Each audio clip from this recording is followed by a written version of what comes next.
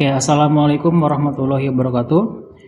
Hari ini kita akan belajar pertemuan ketiga, yaitu tentang proses fertilisasi atau pembuahan. Nah, secara garis singkat, pembuahan itu adalah proses saat sperma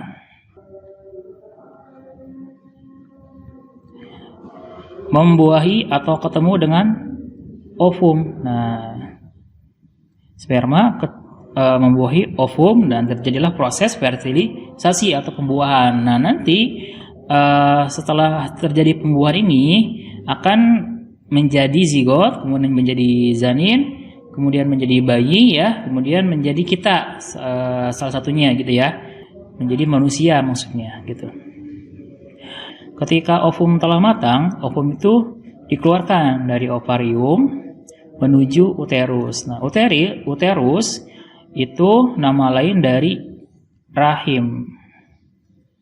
Ya, jadi nama lain dari uterus adalah rahim. Kalau ada kata-kata dinding uterus, itu artinya dinding rahim. Nah, proses pelepasan ovum dari ovarium, nah ditambah ya, dari ovarium menuju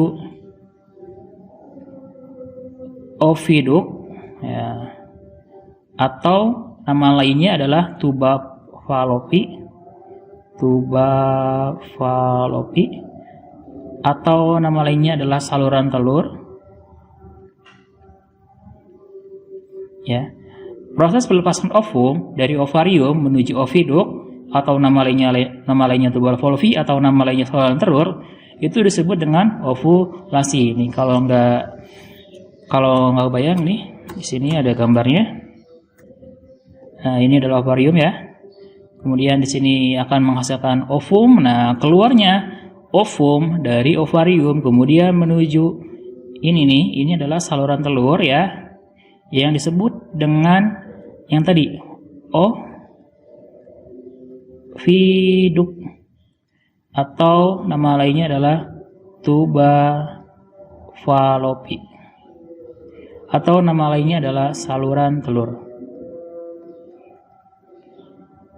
Nah, proses keluarnya ovum ya, ini yang ovum untuk keluar dari sini, dari ovarium menuju oviduk, itu disebut dengan proses ovulasi ya, gitu.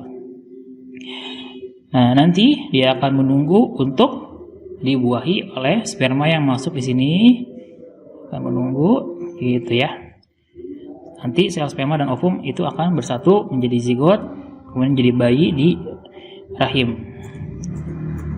Dalam perjalanannya ke uterus, jika ovum bertemu dengan sperma di tuba falopi, saluran telur, ovum akan dibuahi oleh sperma. Ya. Kemudian terjadilah kehamilan. Ketika proses pembuahan berlangsung, hanya kepala sperma yang masuk ke dalam ovum. Kemudian inti sperma bergabung dengan inti ovum ya. Inti sperma itu nanti mengandung DNA dari orang tua, dari ayah ya. Di ovum juga nanti ada DNA dari ibu. Kemudian nanti bergabung, kemudian akan menghasilkan anak yang mirip dengan orang tuanya, atau mungkin mirip dengan kakeknya gitu ya, gitu. Kakek neneknya maksudnya. Jika telah ada satu sperma yang masuk ke dalam ovum, sperma lain tidak dapat menembus membran ovum. Jadi setelah ada satu sperma yang masuk, itu nggak kebuka lagi ya, membran ovumnya akan menutup gitu. Nah, ini adalah proses pembuahan yang terjadi di saluran telur. Tadi saluran telur nama lainnya apa? Ya, nama lainnya adalah oviduk, atau nama bahasa Inggrisnya oviduct ya, atau nama lainnya itu tuba falopi. Nah, jadi kalian jangan bingung dengan istilah-istilah ini, cuma beda-beda nama aja. Nah, jadi di sini diceritain, di sini ada sperma banyak ya.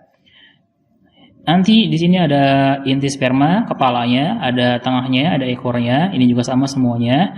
Nah, nanti yang masuk ke dalam sini itu cuma inti spermanya aja. Itu yang inti spermanya aja ini ya. Kemudian ini inti ovum. Nah, setelah bergabung nanti ini peluburan inti sperma dengan inti ovum, nanti inilah yang akan menjadi bayi ya gitu. Inilah yang disebut dengan pembuahan gitu.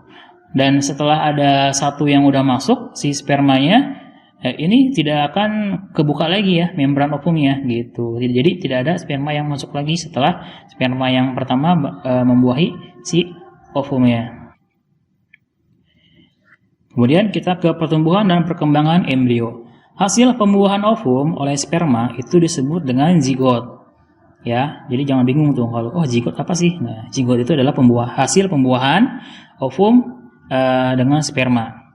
Nah, zigot terus bergerak dari saluran telur menuju uterus. Tadi uterus itu nama lainnya apa? Ya, benar. Nama lainnya adalah rahim. Nah, jadi setelah dibuahi, dia akan bergerak menuju rahim. Selama pergerakannya menuju uterus, zigot membelah terus-menerus secara mitosis membentuk kumpulan sel yang disebut dengan embrio. Ya, selama pergerakannya ini, nah ini kan bergerak. Nih Bapak hapus dulu ya. Ini sudah ada pembuahan, inti sperma dan inti ovum sudah terjadi fertilisasi di sini. Nah, kemudian jadi zigot. Zigot membelah menjadi 2 sel, 8 sel, nah menjadi embrio ya. Kemudian embrio menempel pada dinding uterus atau nama lainnya adalah dinding rahim. Kemudian nanti akan menjadi anak di sini gitu. Perubahan zigot menjadi embrio dan pergerakannya menuju uterus membutuhkan waktu sekitar 5 hari. Pada hari kelima, embrio telah sampai di uterus atau di di rahim. Pada hari ke-7, embrio menempel pada dinding uterus. Ini yang tadi Bapak jelasin ya, proses perkembangan zigot setelah fertilisasi sampai menempel pada dinding uterus. Uterus itu adalah rahim gitu. Ya, diawali dari ovarium menghasilkan ovum, ovum keluar ke sini ke saluran telur atau tuba falopi atau oviduct atau oviduk ya. Nah, inilah disebutnya dengan ovulasi, proses keluarnya ovum dari ovarium gitu. Kemudian dibuahi oleh sperma ya, intinya masuk ke dalam satu, ini inti ovumnya. Kemudian ke dalam. Kemudian berubah membelah ya. Yang tadi satu sel menjadi 2 sel gitu. Ya. Kemudian jadi 8 sel, kemudian jadi bola-bola sel ini jadi embrio. Kemudian menempel di sini. Setelah hari ke-12 terbentuklah lapisan luar ektodermis dan lapisan dalam endodermis pada embrio. Nah, kemudian terbentuk lagi lapisan tengah yang disebut dengan mesodermis ya. Ini adalah gambarnya ya. Ini ada pembuluh darah ibu, ada amnionnya, ada kuning telurnya, ada korionnya, ada ektodermis, mesodermis ya. Ini lapisan tengahnya, dan endodermis itu lapisan yang dalam pada embrio. Inilah gambar dari proses perkembangan embrio setelah menempel di dinding uterus sampai terbentuk lapisan embrio pada hari ke-7 yang A, hari ke-9 itu yang B, hari ke-16 itu yang C. Berarti sekitar 2 minggu lebih ya. Pada minggu ke-8 struktur umum tubuh dewasa telah mulai terbentuk dan plasenta juga telah terbentuk. Nah, setelah semua struktur umum tubuh dewasa dan plasenta terbentuk, embrio dikenal sebagai janin. Nah, nama lainnya adalah fetus. Nah, ini gambarnya. Ini adalah gambar dari proses perkembangan embrio hingga terbentuk janin. Ini minggu ke-4, ini minggu ke-7, ini minggu ke-13. Di sini udah ada plasentanya. Ada kantong kuning telur, ada amnion, dan ada korionnya juga. Nah, tahapan pertumbuhan dan perkembangan pada manusia. Pertumbuhan dan perkembangan manusia itu kita lihat sini dari kita kecil, dari bayi, terus menjadi anak-anak, remaja muda, remaja dewasa, jadi bapak-bapak, dewasa muda ya, yang dewasa, kemudian jadi kakek-kakek ya. Nah, ini adalah proses pertumbuhan dan perkembangan manusia yang awalnya cuman segede ini, itu bisa berubah menjadi segede gini, sebesar ini ya. sebesar kakek nenek ini. Nah, kakek nenek ya.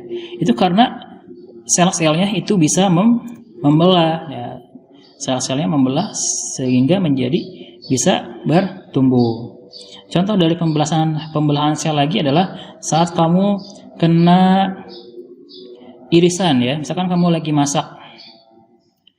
Kemudian tangannya itu teriris dan keluar darah. Nah, nanti yang ini kan ada lukanya ya, ada lukanya keluar darah. Tapi nanti lama-kelamaan ini kulitnya akan menutup sendiri. Nah, inilah contoh dari pembelahan sel pada manusia ya, menutup luka. Nah, sekarang kita akan belajar tentang siklus haid. Sejak masa pubertas itu artinya udah akil balik antara di perempuan ya, sekitar umur 10 sampai 15 tahun, tubuh wanita mengalami yang namanya proses bulanan yang disebut dengan siklus haid. Nah, kalau di Islam kalian tidak boleh sholat ya kalau haid. Nah, perubahan ini diakibatkan dari tingkat hormon yang mempertebal jaringan endometrium atau rahim dan memperbanyak darah yang akan jadi zat makanan bagi telur yang dibuahi.